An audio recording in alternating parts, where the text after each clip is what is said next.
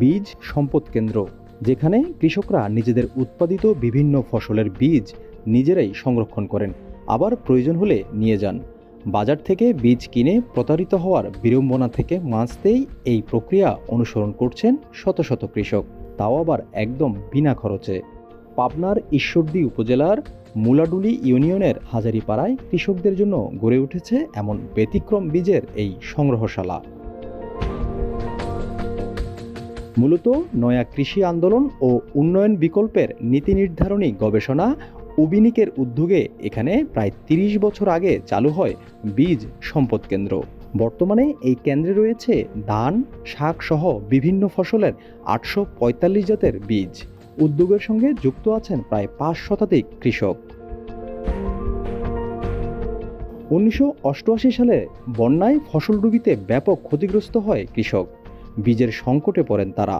সেই অভাব থেকে বীজ সংগ্রহের উদ্যোগ সামনে আসে। এগিয়ে আসে সামাজিক প্রতিষ্ঠানগুলো।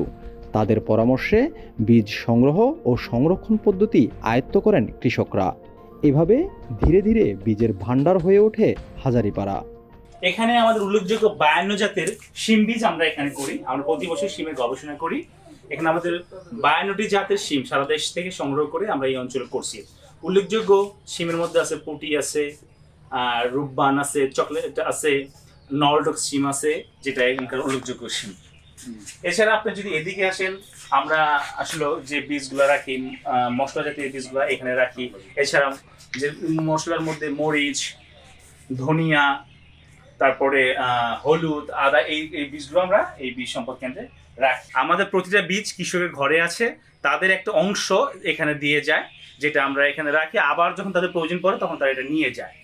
এ ধরনের উদ্যোগ কৃষক ও কৃষিখাতের জন্য গুরুত্বপূর্ণ ভূমিকা রাখছে। পাশাপাশি কৃষি বিভাগ থেকে সার্বিক সহযোগিতার আশ্বাস দেন এই কর্মকর্তা। অনেক সময় দেখা যায় বিভিন্ন কোম্পানির যে বীজ যে সংগ্রহ করে, এটাতে অনেক সময় মিশ্রণ থাকে, কিন্তু কৃষকের যে উৎপাদিত যে বীজ, এটা কোনো মিশ্রণ থাকে না। কৃষকরা নিজেরা এই বীজটা সংরক্ষণ করে। সেক্ষেত্রে কৃষি অফিসের পক্ষ থেকে আমরা কৃষকদেরকে সার্বক্ষণিক পরামর্শ দিয়ে থাকি যে কিভাবে বীজ সংরক্ষণ করতে হবে।